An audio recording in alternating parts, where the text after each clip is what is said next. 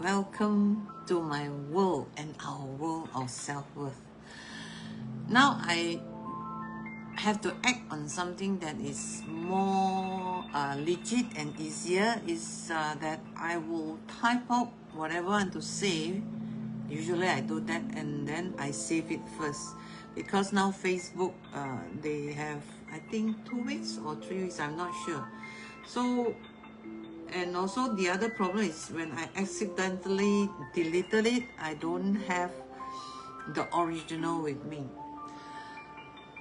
Why do I want to keep all these past records? It is something that I needed to make sure that I am progressing, and I also need to know that if I fall back, where was my reactivation point. Okay, today I'm talking about, I'm pretty amazed, I should say, I'm pretty amazed when I started to discard. I have not really let go. I wouldn't say that, to be in the honesty part of it, I have not really let go, because letting go involves a lot of things. Like, what are you letting go? Yourself or the situation? So when I am in this stage, then there's a lot of Malay we call it sisa. That means there is a lot of leftover of things that is still pulling at the negative part of my emotion. So I start to evaluate, how can I use my unconscious mind? Because in NLP I learned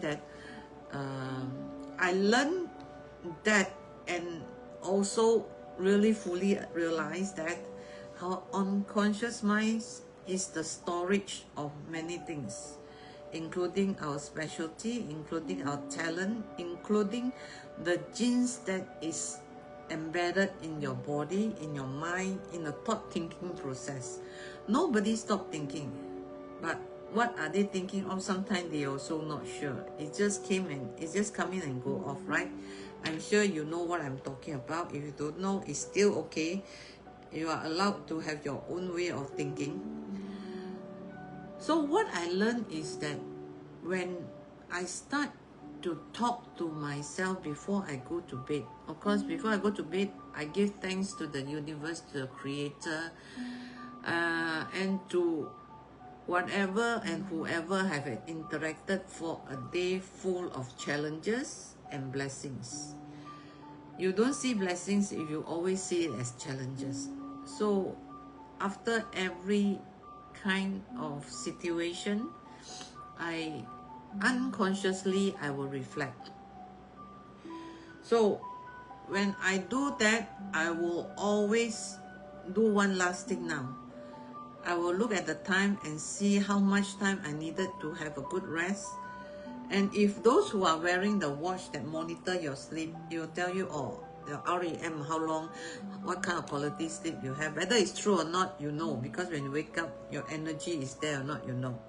So what I did is, if I really run short of time, then I will make sure that all my manifestation is already been fully and clearly transformed into my unconscious mind. And the same thing, I link this to the universe. Do I have the power? You better believe it. Everybody have. If you are clear enough, if you are clean enough.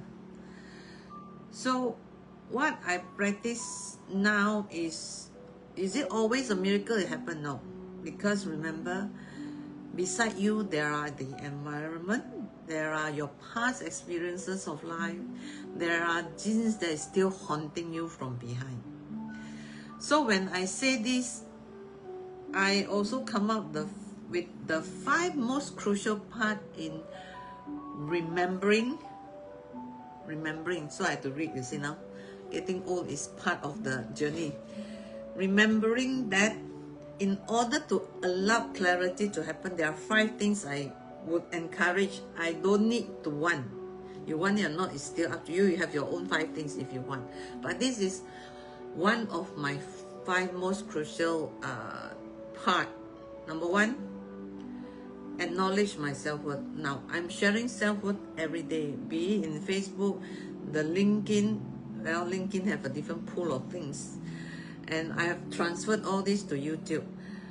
Number two, aware of what can be done. What makes me say this is because I just wrote down in my journal that I like to kepo. I like to think that, oh, if I help this person, his life will be better or her life can be better. But if they don't come and ask me for help, I shouldn't kepo because I'm taking away their karmic and make it my karma. So never take people's karma. You don't need, you have your own karma. Number three, learn to let go. Learning to let go sounds easy, yeah? It's like letting go of a ball. But the problem is your ego is something that always holds you back. My ego too. But now I don't care so much, but my ego is still there. Number four, allow grief. Yeah, a lot of people do not allow themselves to grieve. Do not allow themselves to feel the pain. Do not allow themselves to cry because they feel that it's weakness. Water, remember, is always about cleansing. So if you do not grieve properly, you will always bottle up the emotion that comes back and kills you one of these days. They will kill you emotionally and they will kill your motivation. Allow yourself to grieve. Even if people look down on you, remember, they also have the same problem if they do the same to you. If they look down on you, they are having that problem. So find peace in that. Number five, notice that something needs to happen. And do you need to be the motivator for the happening? Sometimes it's just good to be the observer and learn from that where you are in that situation. Are you the main player? Are you a bystander? Or are you just being taught a lesson that you should consider as part of your history? So just remember that you don't grow old when you're comfortable. In fact, you don't grow, not old, sorry. Just reminder that you don't grow when you are comfortable. When you are uncomfortable doesn't mean that you are suffering. It means that if you convert that into a motivation, which you will be able to do so when you practice what I'm talking about, which is trust in your unconscious mind, increase in your energy. So I talk about energy in linking. Busy day for me. Till I see you again, think about your life. Think about what you want to do. It's really worth living, no matter how difficult it is, because you are worth it. Bye-bye.